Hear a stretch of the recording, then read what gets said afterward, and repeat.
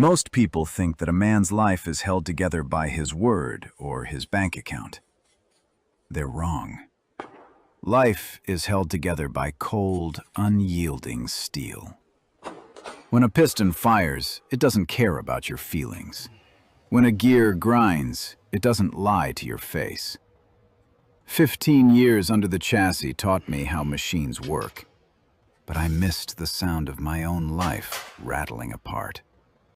While I was tightening bolts for strangers, the people I trusted were pulling the pins out of my foundation. I didn't feel the shift until the wheels were already off. The air in my Cleveland shop was thick with the smell of old oil and hard-working machinery. I was deep into the guts of a Peterbilt engine, my hands blackened and scarred, when the heavy sliding door creaked open. The afternoon sun cut a sharp, blinding rectangle across the concrete floor. I wiped my brow with a rag, expecting a delivery driver. Instead, my wife, Elena, stepped into the light. She wasn't alone. Beside her stood a man in a charcoal suit that cost more than my first 3 trucks combined. He carried a leather briefcase like a weapon. "Caleb, we need to talk," Elena said. Her voice was flat, the kind of tone she used for telemarketers. I climbed out from the engine bay, the joints in my knees popping. "I'm in the middle of a rebuild, Elena. Can this wait until dinner?" "Dinner isn't on the agenda," the man said, stepping around a puddle of coolant. "Brent Sterling, I'm handling your wife's filing for separation and the asset liquidation. Use the shop address for the service?" I looked at Elena. She wouldn't meet my eyes. She was staring at a rusted wrench on my workbench with an expression of pure disgust. "Separation?" I asked, my voice gravelly. "What is this, Elena?" "I'm done, Caleb," she said. "I can't take the smell of diesel in the sheets anymore, or the way you look at a rusted engine like it's a child. This shop is a liability, and I'm moving on." Brent tapped his briefcase. "According to the new zoning laws and the paperwork Elena has already signed, we are filing for a full transfer of this property. This shop sits on prime real estate for the new Riverside Lofts project. You've let this business stagnate into a hobby, Caleb. We're going to turn this pit into something actually valuable." "My grandfather built this shop with his bare hands," I said, my chest tightening. "It's not just a building. It's my life." "Don't let ego get expensive, Caleb," Brent said, checking his watch. "You're a one-man operation. You can't outspend my firm. Sign the transfer, take the payout, and find a steady gig at a dealership." I looked at the documents he pulled out. They didn't just want a divorce. They wanted to erase me. I felt the heat rising in my neck, the urge to throw both of them out into the street. But I didn't move. I stood there, smelling the diesel and the betrayal, realizing that the engine of my life hadn't just stalled. It had been sabotaged from the inside. "You have 48 hours to vacate," Brent said, turning toward the door. Elena paused at the threshold, glancing back at my oil-stained hands one last time. "Try to find some dignity, Caleb, if there's any left under all that dirt." They walked out, leaving me alone in the silence of my workshop. I looked down at my hands. They were dirty, yes, but they were also strong. And Brent Sterling was about to learn that you should never try to break a man who knows exactly how to take things apart. When you lose everything, the silence is the loudest thing in the room. Most people think rock bottom is a sudden crash, but it's actually the sound of a key turning in a lock you no longer own. Brent Sterling didn't just take my shop. He used a judge's signature to treat me like a squatter in my own life. Now, while my wife and her lawyer toast to their future in a climate-controlled office, I'm learning exactly what a man is worth when you strip away his roof and his pride. The temporary restraining order was taped to the glass door of my workshop. It felt like a physical blow, I wasn't allowed within 50 feet of the place. I had 1 hour to grab my personal tools and leave. I didn't argue with the deputy standing there. I just loaded my rusted chest into the back of my truck and drove toward the only place that wouldn't turn me away. Miller's truck stop off the I-90. Home is now a 30-foot Spartan trailer from the 70s. The roof leaks over the kitchenette, and the air smells like damp insulation and stale coffee. The rain on the aluminum roof made sleep impossible. I sat on the edge of the thin mattress, looking at a glossy brochure I'd found in the trash near the courthouse. The Iron Lofts, it read. It showed a digital rendering of my grandfather's shop. They'd replaced the grease pits with indoor gardens and the heavy overhead cranes with decorative lighting. Elena's face wasn't in the brochure, but her fingerprints were all over it. She was selling the soul of the West Side for a Mediterranean lifestyle. I tossed the brochure. It wouldn't pay the property taxes. I walked into the truck stop diner at 11 p.m. The manager, a guy named Silas with skin like weathered leather, looked me over. "You're the guy from Reed's Diesel, right?" he asked, wiping the counter. "I'm a mechanic," I said. "I heard you need a night shift road tech." Silas nodded toward the window where a storm was beginning to brew. "Most guys won't work the shoulder of the highway in this weather. It's dangerous, cold, and the pay is garbage." "I don't care about the weather. I just need the hours." "Shift starts now," Silas said, tossing me a heavy radio. "There's a refrigerated hauler with a blown gasket 10 miles east. Get moving." The next few weeks became a blur of asphalt and grit. My life was stripped down to a simple cycle: work, eat, sleep, repeat. I'd spend 8 hours under trailers in the freezing mud, my flashlight clamped between my teeth, fixing rigs that should have been scrapped years ago.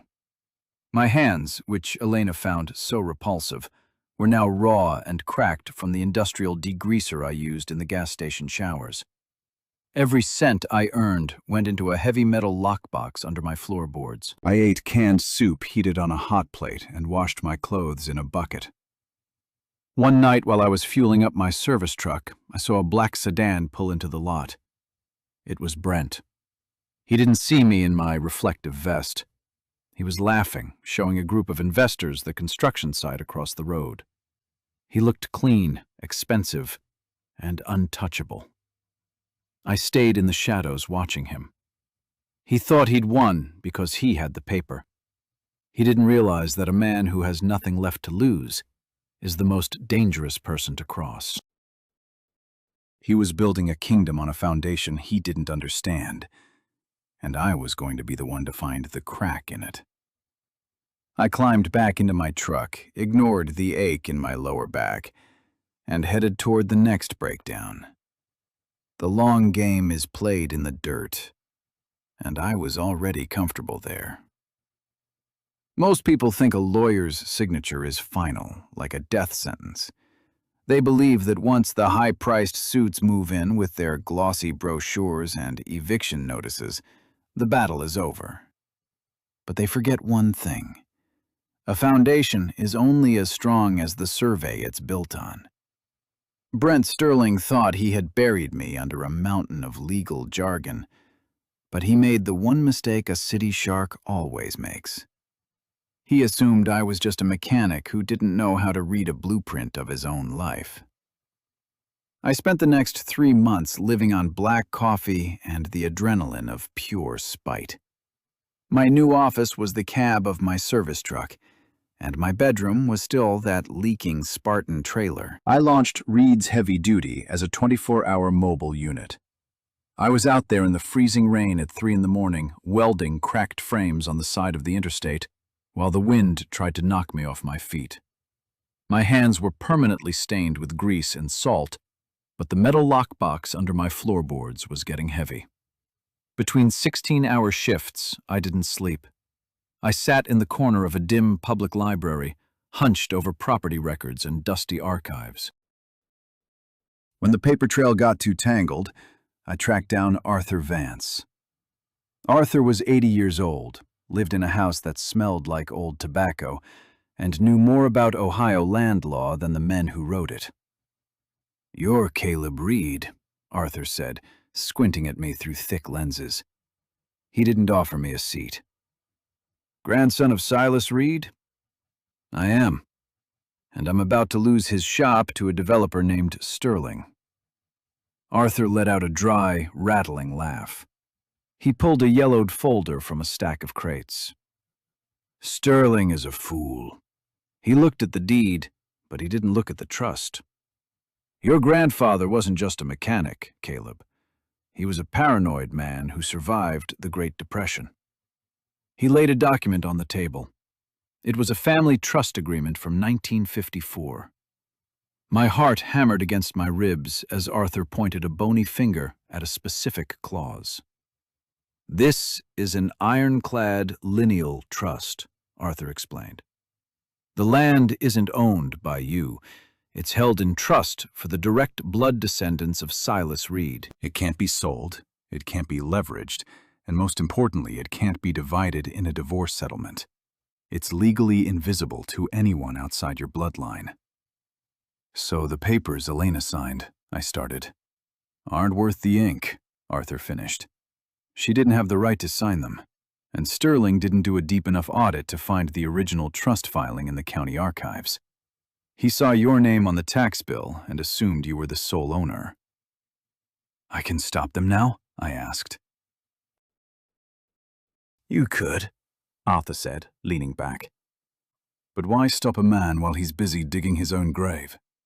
Right now, they're just shuffling papers. Wait until they start spending. Wait until they take out the construction loans and tear down the outbuildings." I understood immediately. If I sued now, they'd just walk away with a bruise. But if I waited until Sterling committed tens of millions of dollars from his investors into a project he didn't legally own, I wouldn't just get my shop back. I would own him. The next day I drove past my old shop. A massive crane was already parked in the lot. Brent and Elena were there, wearing hard hats, laughing as a bulldozer began to take down the old storage shed where I used to keep my spare tires. My phone buzzed. It was a text from a trucker stuck 40 miles out with a frozen fuel line. "I'm on my way," I replied. I put the truck in gear and drove away. Let them build. Let them spend every cent they have. The higher they build their tower of cards, the harder it will hit the ground when I pull the bottom one out. I have all the time in the world, and now I have the shield. Timing is everything in mechanics. If you pull a spark plug too early, nothing happens. If you wait until the engine is redlining, the whole block explodes. For months, I watched from my rusted trailer as Brent Sterling and my ex-wife poured millions of dollars into a foundation they didn't own. I let them hire the crews, buy the steel, and sign the high-interest construction loans. I waited until the very second they thought they were untouchable. I stood across the street, leaning against my service truck, as a wrecking ball swung toward the north wall of my grandfather's shop. The first impact sent a cloud of brick dust into the air. That was the signal. "Do it," I said into my phone. 5 minutes later, a black sedan pulled up to the site. My lawyer, a shark named Marcus, who I'd paid with every cent from my lockbox, stepped out. He wasn't there to talk. He handed a stack of papers to the site foreman, then walked straight toward Brent, who was standing near a pile of fresh lumber. The wrecking ball stopped mid-swing. The roar of the diesel engines died down, replaced by a sudden, heavy silence. "What the hell is this?" Brent shouted, waving the papers. He looked over and saw me. His face went from confusion to a deep, ugly purple. I walked across the gravel, my boots crunching on the debris of my old life. Elena was there too, her designer coat already stained with a fine layer of gray dust. "It's a temporary restraining order and a filing for title fraud, Brent," I said. My voice was as cold as the steel in my truck bed. "You're trespassing on trust property. Every brick you moved, every dollar you spent on that foundation, it's all tied up in a felony audit now." "You're delusional, Caleb," Elena spat, her voice trembling. "We have the deed. I signed it." "You signed a piece of paper you didn't have the legal right to touch," I replied. "This land is held in an ironclad lineal trust. It belongs to the Reed bloodline. Your signature is as worthless as the promises you made me." Brent stepped forward, his eyes darting toward the idled workers. "I've spent $6 million on this phase alone. You can't just stop a project of this scale." "I just did," I said. "And since you used the property as collateral for a federal construction loan based on a fraudulent title, the bank just got an automated red flag. I imagine the IRS will be curious why your firm claimed a depreciation asset you never legally possessed." The color drained from his face. He knew the math. In the world of high-stakes development, a freeze like this is a death sentence. The interest on his loans would eat him alive in weeks, and the investors would be looking for blood. "Caleb, let's be reasonable," Brent said, his voice dropping an octave, trying to find a deal where there was none. "We can settle this. I can write you a check right now." "Keep your checkbook, Brent. You're going to need it for the interest on those loans." I turned my back on them and walked toward my truck. Behind me, the site foreman started yelling for his crew to pack up. Elena was screaming at Brent, and Brent was frantically stabbing at his phone. The trap hadn't just snapped shut. It had crushed the bone. I drove away, knowing that for the first time in months, I was the one holding the keys. They say you can tell a person's true worth by how they handle the cold. When the heat is on and the money is flowing, everyone is your best friend. But when the frost sets in and the bank accounts freeze over, that's when the masks crack. Elena didn't come to my trailer because she missed me. She came because the world she built on lies was finally caving in, and she had nowhere else to run. I was sitting on a plastic crate outside the Spartan, wiping the thick, black grease from my knuckles with a shop rag. The sun was setting over the I-90, casting a long, jagged shadow across the gravel. Then I heard it. The sound of a luxury car engine that didn't belong in a place like this. Her white Mercedes pulled up, kicking up a cloud of dust that settled on my work boots. She stepped out, and for a second, she looked like the woman I'd married. But then, she got closer. Her designer coat was wrinkled, and her eyes were rimmed with red. The arrogance was gone, replaced by a desperate, twitchy energy. "Caleb," she said, her voice trembling. "We need to talk. This has gone too far." I didn't stand up. I just kept working the rag into the creases of my palms. "The site is closed, Elena. The lawyers are talking. There's nothing left for us to say." "Brent is gone," she blurted out, taking a step toward the trailer. She looked at the leaking roof and the rusted siding with a shudder. "The bank called in the loans. The federal auditors are at his office. As soon as the title fraud surfaced, he turned on me. He's trying to pin the whole filing process on my signature. Caleb, they've frozen my personal accounts. I can't even pay my lease." "Sounds like a bad investment," I said, finally looking up. My face was a mask of stone. "Caleb, be practical," she said, reaching for my hand. "If the project fails, we both lose the equity." "Just tell the auditors there was a mistake with the filing. We can settle this privately." I let out a short, dry laugh. "Go back? To the grime you hated? To the husband who repulsed you? You didn't want the man, Elena. You wanted the real estate. Now you have neither." "I thought he had a real plan," she said.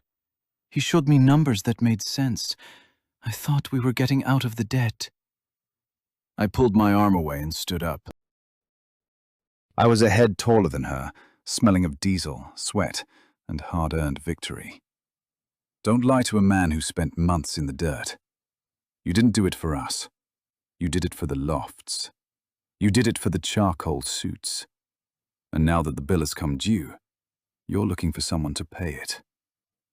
She looked at my hands, then at the modest trailer, her lip curling in a final, involuntary flash of disgust. You'd really rather live like a dog in this scrap heap than help me. I'm not living like a dog, I said, tossing the dirty rag into a bin. I'm living like a man who owns every breath he takes. You, on the other hand, should get used to the smell, Elena. It's the scent of debt, and it doesn't wash off as easily as grease. I walked into my trailer and closed the door. I didn't look back to watch her drive away. A year later, the sound of the West Side had changed. The Iron Lofts project was a skeleton of rusted steel and broken dreams, tied up in a decade of litigation that would eventually see the land returned to the Reed Trust. But I didn't need that building anymore. I stood in the doorway of my new headquarters. It wasn't a fancy glass tower. It was a massive, high-tech bay with 10 stations, humming with the sound of pneumatic wrenches and heavy-duty lifts. Outside, a fleet of 12 mobile service trucks stood ready, each one bearing the Reed's heavy-duty logo in bold, uncompromising black. I had won. Not by luck, and not by stooping to their level. I won because I knew how the machinery of the world actually worked. I looked down at my hands. They were still stained, and they always would be. But they were the hands of a man who had rebuilt his life from the frame up, and this time, the foundation was unbreakable.